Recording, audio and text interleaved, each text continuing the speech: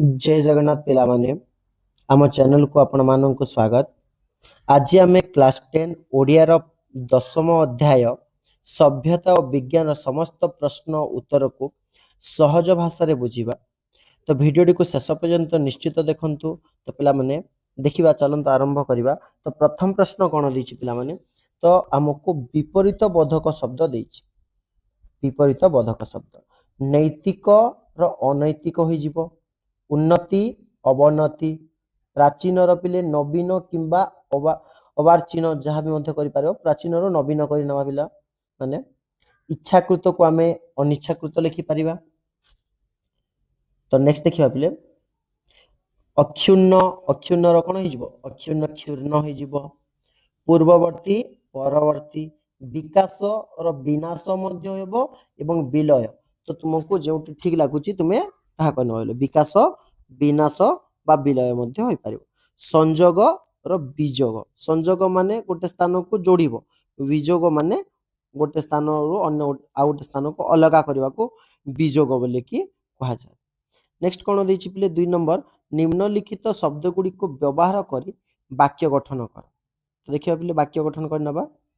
वैषयिक, प्राचीन रोमियो सभ्यतार वैषयिक उन्नति रो निर्देशन मिलिथिला। मानविकता, दुर्घटना रे आहत व्यक्ति को सहाय्य करबा हेउची हमर एक मानविकता। आरोहण बेले कोन पिले, उत्तुंग हिमालय आरोहण करबा अत्यंत कष्ट साध्य। नेक्स्ट कोन दैछि पिले अनवरत, अनवरत अनवरत परिश्रम कले सफल मिली थाए। जदि हम परिश्रम करिबा तबे सफल मिली परिबो। दुरूह, कठिन परिश्रम बिना सफल हेबा दुरूह। आमे जदि परिश्रम करिबा नाही तबे कोन सफल मिली परिबो, ता बहुत दूर को ना। विस्तृत, दिग को विस्तृत मरुभूमि देखिबा को सुंदर लागे, दिगंत विस्तृत मरुभूमि को।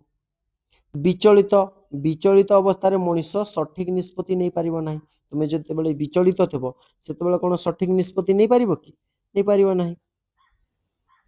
नेक्स्ट कोन दैछि पिले संधि विच्छेद कर। तो संधि विच्छेद करिबा। अन्यान्य, अन्य युक्त अन्य, अंतर्गत अंतयुक्त गत, संयोग संयुक्त जोग, आयुर्वेद आयुर्युक्त वेद, मनस्तत्व मनयुक्त तत्व, उल्लिखित उद्युक्त लिखित। 4 नंबर कोन दैछि बोले प्रकृति सहित प्रत्यय जोग करिबा।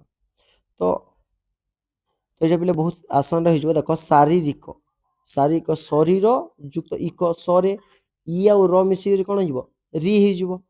तो शारीरिक हिजबो। मानसिक मनस युक्त इक, थारे इक प्रत्यय होछि ना।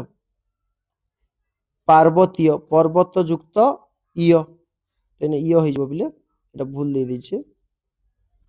भारतीय भारत युक्त इय भारतीय। त्याग त्यज युक्त अ त्याग। सर्वांगीन सर्व युक्त अंग युक्त इन सर्वांगीन। करणीय क्रू युक्त अन्य प्रत्यय होइछि। वैज्ञानिक एठारे कोन इक प्रत्यय, विज्ञान युक्त इक वैज्ञानिक। कर्तव्य क्रू युक्त तव्य कर्तव्य। नेक्स्ट कोन दैछि बोले 5 नंबर प्रतिशब्द दैछि। हस्ती को आमे गज बा करी बोली कि कहि थाउ। मानव नर बा मनुष्य, ध्वजा पताका बा केतन, पर्वत गिरी बा शैल। संशोधन करिया पिले एठी गलत दैछि ताको हमें ठीक करबा। शारीरिक एठारे देखो र मात्रा हर्षिकार जगह दीर्घिकार, दीर्घिकार जगह हर्षिकार दैछि, तो गलत ठीक करबा। शारीरिक पिले साहाय्य ऊपर रेप रहिबो नाही। संश्लिष्ट एठारे कोन अनुसा लागि थाए पिले, आ एठारे ल फळा लागिछि ल फळा हबो। आशीर्वाद, आशीर्वाद रे कोन देखो एठारे र फळा लागिछि आशीर्वाद लखाइछि, तो एठारे र फळा लागिबो नाही। नेक्स्ट दैछि अर्थगत पार्थक्य। लक्ष्य आ लक्ष्य पिले एठारे लक्ष्य माने संख्या विशेष, एक लक्ष्य संख्या को बुझिबा।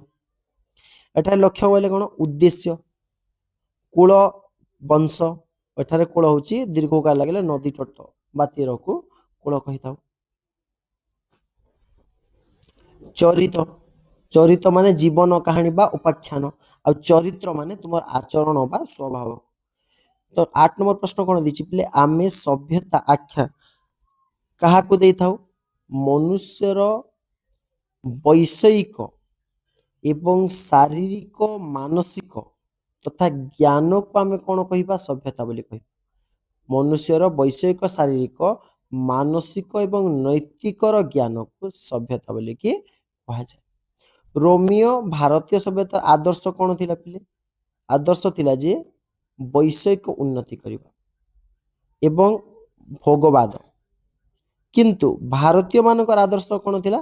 ତ୍ୟାଗ, ଆତ୍ମସଂଯୋଗ ଏବଂ ଆଧ୍ୟାତ୍ମିକ ଉନ୍ନତି ଭାରତୀୟ ମାନଙ୍କର ଆଦର୍ଶ ଥିଲା। ତ ରୋମିଓ ଆଦର୍ଶ ଏବଂ ଆମର ଆଦର୍ଶ ସମ୍ପୂର୍ଣ୍ଣ ଅଲଗା ଥିଲା। ନେକ୍ସଟ କଣ ଦେଇଛି ବୋଲେ, ଭାରତୀୟ ସଭ୍ୟତାର ଆଦର୍ଶ କହିଲେ କଣ ବୁଝ? ଭାରତୀୟ କଣ ତ୍ୟାଗ ବା ସଂଯୋଗକୁ କଣ ଆଦର୍ଶ ବୋଲି କି କହୁଛି। ଗୃହସ୍ଥର ପଥ କେତେବେଳେ ପୃଥକ ହୋଇଥାଏ? ଭାରତୀୟ ଗୃହସ୍ଥ ତ୍ୟାଗ ଧର୍ମରେ ଦୀକ୍ଷିତ ହୋଇ ବିଷୟ ମାଲିକ ହେଲେ ତାର ଭୋଗବାଦୀ ଜାତି ଠାରୁ କଣ ହେଲା? ଅଲଗା ହେଇଗଲା ନା ପିଲାମାନେ। ବର୍ତ୍ତମାନ ପୃଥିବୀରେ ସଭ୍ୟତାର ଆଦର୍ଶ କଣ? ସଭ୍ୟତାର ଆଦର୍ଶ କଣ? ବୈଷୟିକ, ଶାରୀରିକ, ମାନସିକ ଏବଂ ନୈତିକରେ এই ସବୁଥିରେ ସର୍ବାଙ୍ଗୀନ ଉନ୍ନତି ସାଧନ ହେଉଛି ବର୍ତ୍ତମାନର ସଭ୍ୟତାର ଆଦର୍ଶ। ଜଡ଼ ବିଜ୍ଞାନ କେତେ ଭାଗରେ ବିଭକ୍ତ? କଣ କଣ? ଜଡ଼ ବିଜ୍ଞାନ ପିଲେ ଦୁଇ ଭାଗରେ ବିଭକ୍ତ, ପଦାର୍ଥ ବିଜ୍ଞାନ ଏବଂ ରସାୟନ ବିଜ୍ଞାନ। ଆମେ କେଉଁ ଉପକରଣରୁ ବୈଷୟିକ ସୁଖ ସମୃଦ୍ଧି ଲାଭ କରିଥାଉ? ରେଳ, ମୋଟର, ବୁଡ଼ାଜାହାଜ, ରେଡ଼ିଓ, ଟେଲିଭିଜନ ଏସବୁ ଉପକରଣରୁ ଆମେ ବୈଷୟିକ ସୁଖ ସମୃଦ୍ଧି ଲାଭ କରିଥାଉ। ଜୀବ ବିଜ୍ଞାନର ଚର୍ଚ୍ଚାରୁ କି ସନ୍ଧାନ ମିଳିଥାଏ ପିଲେ? ଜୀବ ବିଜ୍ଞାନର ଗଠନ ପ୍ରକ୍ରିୟା, ଜୀବନ ଶକ୍ତି ସମ୍ପର୍କରେ ଆମକୁ ସନ୍ଧାନ ମିଳିଥାଏ। ଆମ୍ଭମାନଙ୍କର ଜ୍ଞାନର ସୀମା ଆମେ କିପରି ବିସ୍ତୃତ କରିବା? ତ ଜଡ଼ ଏବଂ ଜୀବବିଜ୍ଞାନର ସମନ୍ୱୟରେ ଶରୀର ତତ୍ତ୍ୱ, କୃଷି ବିଜ୍ଞାନ, ଆୟୁର୍ବେଦ, ମନସ୍ତତ୍ତ୍ୱ ଏସବୁକୁ ଶାସ୍ତ୍ର ମାଧ୍ୟମରେ ଆମେ ଜ୍ଞାନର ସୀମାକୁ ବଢ଼ାଇ ପାରିବା। ଜୀବ ବିଜ୍ଞାନରୁ ଜୀବନ୍ତର ଶରୀର ସମ୍ପର୍କରେ କି ଧାରଣା ମିଳୁଛି ପିଲେ? ତ ଜୀବନ୍ତର ଶରୀର ଜଳ ଉପାଦାନରେ ଗଠିତ। ସେଇ ଜୀବନ ଶକ୍ତି ଏବଂ ବିକାଶ ଦ୍ୱାରା କଣ ସୃଷ୍ଟି ହେଉଛି? ଜୀବନ ସମ୍ଭବ ବୋଲିକି କୁହାଯାଉଛି। ଜଡ଼ ଉପାଦାନ ଏବଂ ଶକ୍ତିକୁ ନେଇ ଜୀବନ ସମ୍ଭବ ହେବ। ବୈଜ୍ଞାନିକ ମାନେ ମାନବକୁ ଧ୍ୱଂସ ପଥର ପଥିକ କରୁଛନ୍ତି ବୋଲି ଲେଖକ କାହିଁକି କହିଛନ୍ତି? ତ ଲେଖକ କହିବାର ଉଦ୍ଦେଶ୍ୟ ପିଲାମାନେ, ବୈଜ୍ଞାନିକ ମାନେ ମାରାତ୍ମକ ଅସ୍ତ୍ର ଏବଂ ବିସ୍ଫୋରକ ଉଦ୍ଭାବନ କରୁଥିବାରୁ ଏବଂ ମଣିଷ ସେଗୁଡ଼ିକୁ ଧ୍ୱଂସ ପାଇଁ ବ୍ୟବହାର କରୁଛି। ତ ଏଠାରେ ବୈଜ୍ଞାନିକ ମାନଙ୍କର କିଛି ଭୁଲ ନାହିଁ, କିନ୍ତୁ ତାହାକୁ କଣ ଦୁର୍ବ୍ୟବହାର ବା ମଣିଷର ଅଜ୍ଞାନତା କାରଣରୁ ମଣିଷ ହିଁ ସେ ସବୁକୁ ଧ୍ୱଂସ କରୁଛି।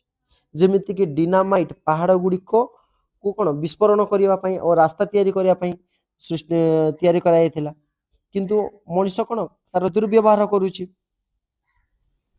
ମୈତ୍ରୀର ଧ୍ୱଜା କେତେବେଳେ ଉଡ଼ିବ ବୋଲି ପ୍ରବନ୍ଧରେ କୁହାଯାଇଛି ପିଲେ?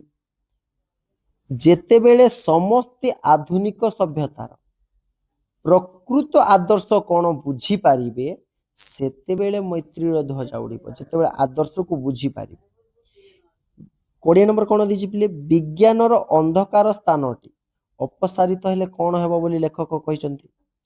ବିଜ୍ଞାନର ଅନ୍ଧକାର ଦିଗ ଦୂର ହେଲେ କଣ ଜ୍ଞାନର ଆଲୋକ ବ୍ୟାପିଯିବ ଏବଂ ମାନବ ସଭ୍ୟତା ସବୁଠାରୁ ଉନ୍ନତିର ଶିଖରରେ ପହଞ୍ଚିବ ବୋଲିକି କହିଛନ୍ତି। ନେକ୍ସଟ ଦେଖିବା, ତ୍ୟାଗ ମାର୍ଗରେ ଦୀକ୍ଷିତ ହୋଇ ଯେତେବେଳେ ବିଷୟ ମାଲିକ ହୁଏ, ସେତେବେଳେ ଭୋଗ ମାର୍ଗକାମୀ ଜାତି ଠାରୁ ତାର ସମ୍ପୂର୍ଣ୍ଣ ପୃଥକ ହୋଇଯାଏ। ତ ଏଠି ସରଳାର୍ଥ ଦେଇଛି, ତ ସରଳାର୍ଥରେ କଣ କରିବ? ପ୍ରଥମ ଗୋଟେ ଦୁଇଟା ୱାର୍ଡ ଲେଖିନେବା ଓ ଶେଷ ଦୁଇଟା ୱାର୍ଡ ଓ ଆଉ ସେଥିରେ କଣ ଡଟ ଡଟ ଦେଇ ନେବା, ଆଉ ତାପରେ ଲେଖିବ ଉକ୍ତ ଗଦ୍ୟାଂଶଟି, ଏ ଗୋଟେ ଗଦ୍ୟ ତ ବଂଶୀଧର ସାମନ୍ତରାୟଙ୍କ ରଚିତ ସଭ୍ୟତା ଓ ବିଜ୍ଞାନ ପ୍ରବନ୍ଧରୁ ଗୃହୀତ।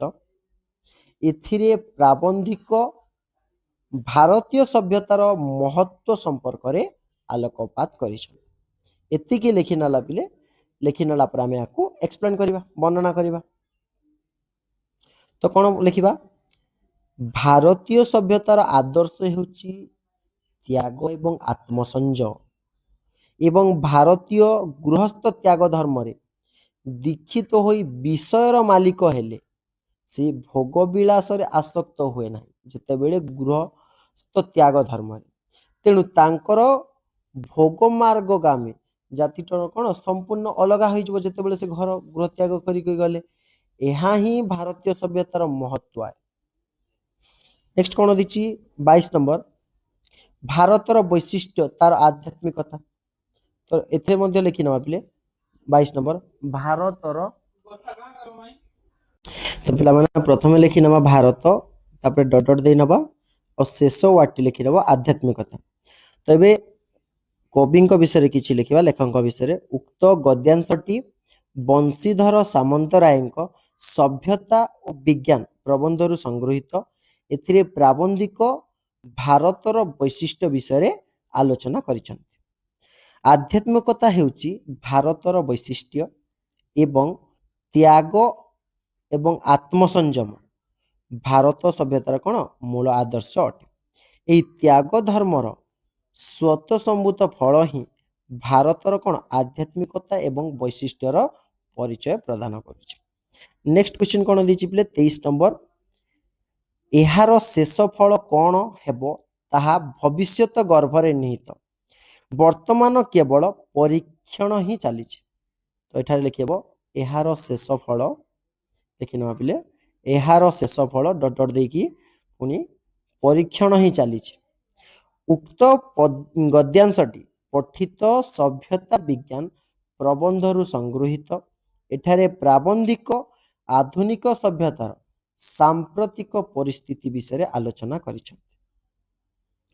ବିଜ୍ଞାନ ସାହାଯ୍ୟରେ ମାନବ ବହୁତ ଉନ୍ନତି କରିଥିଲେ ମଧ୍ୟ ସଭ୍ୟତାର ଚରମ ଲକ୍ଷ୍ୟରେ ଏ ପର୍ଯ୍ୟନ୍ତ ପହଞ୍ଚି ପାରିନାହିଁ।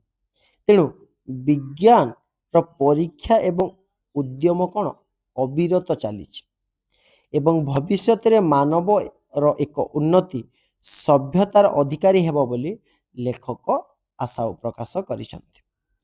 କ୍ୱେଶ୍ଚିନ୍ ନମ୍ବର 24 କ'ଣ ଦେଇଛି ପିଲେ?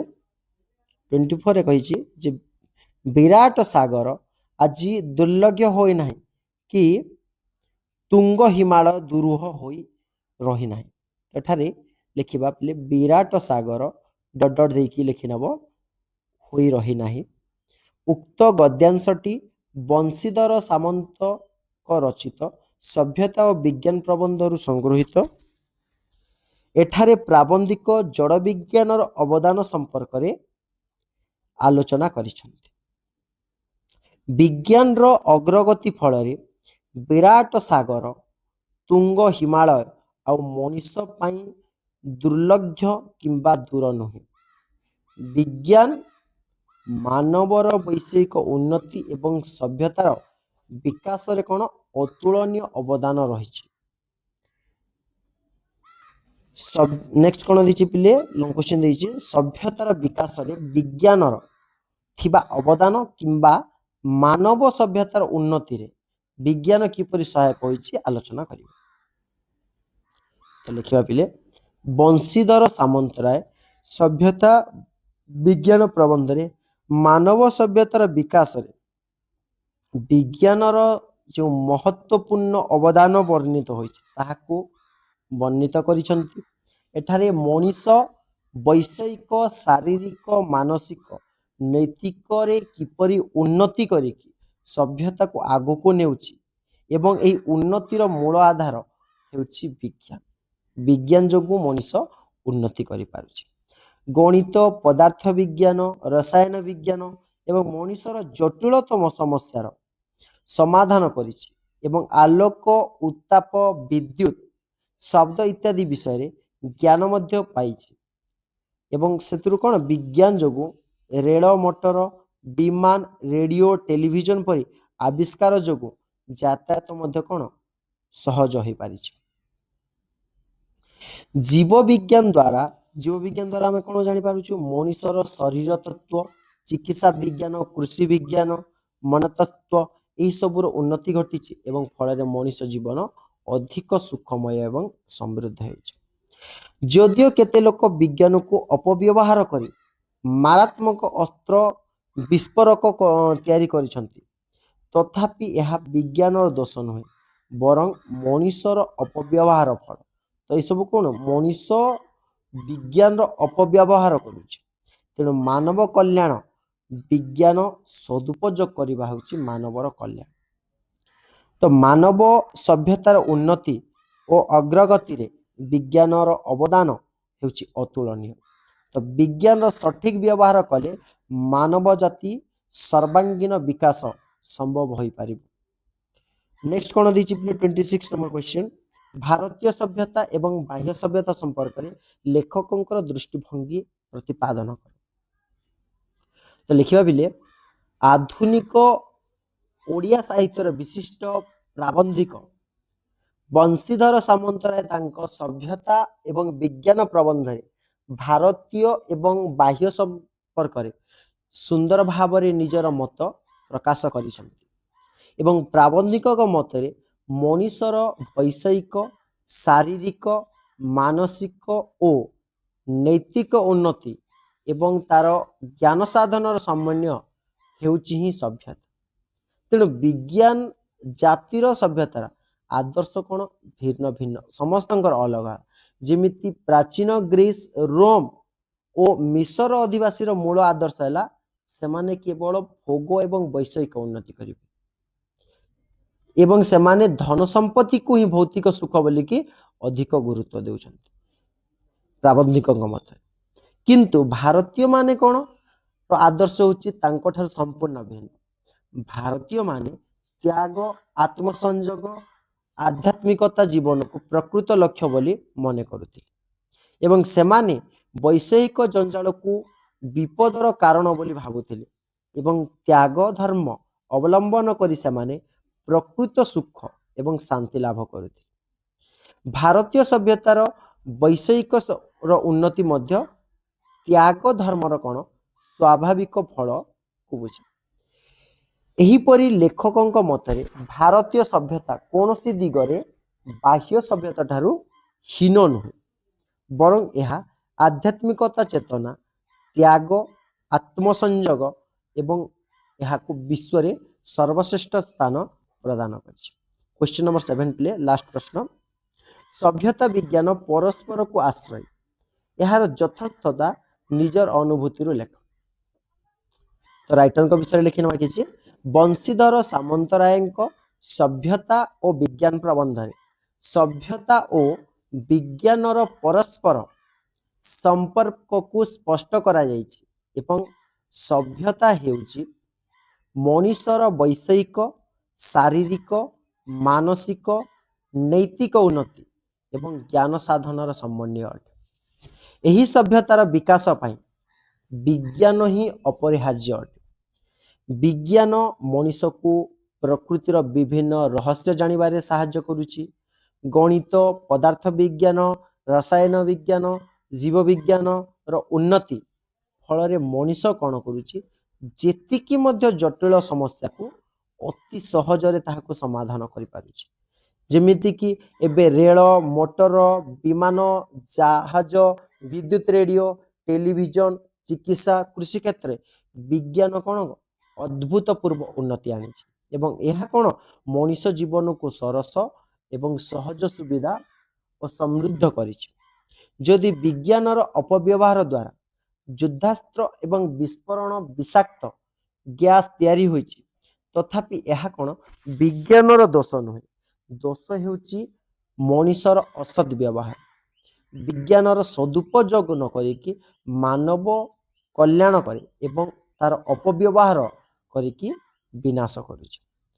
तो अतएव सभ्यतार विकास पाई विज्ञान जेपरि अपरिहार्य सेहीपरि विज्ञान पाई कौन आवश्यक सठिक विकास पाई एक सुसभ्य समाज आवश्यक।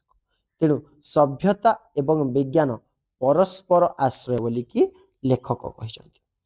ତ ପିଲାମାନେ ଭିଡ଼ିଓଟି ଯଦି ଭଲ ଲାଗିଥିଲେ ଚ୍ୟାନେଲଟିକୁ ଲାଇକ୍ ସେୟାର ଏବଂ ସବସ୍କ୍ରାଇବ୍ କରନ୍ତୁ। ଧନ୍ୟବାଦ। ପରବର୍ତ୍ତୀ ଭିଡ଼ିଓରେ ପୁଣି ଥରେ ଦେଖା ହେବା। ଜୟ ଜଗନ୍ନାଥ।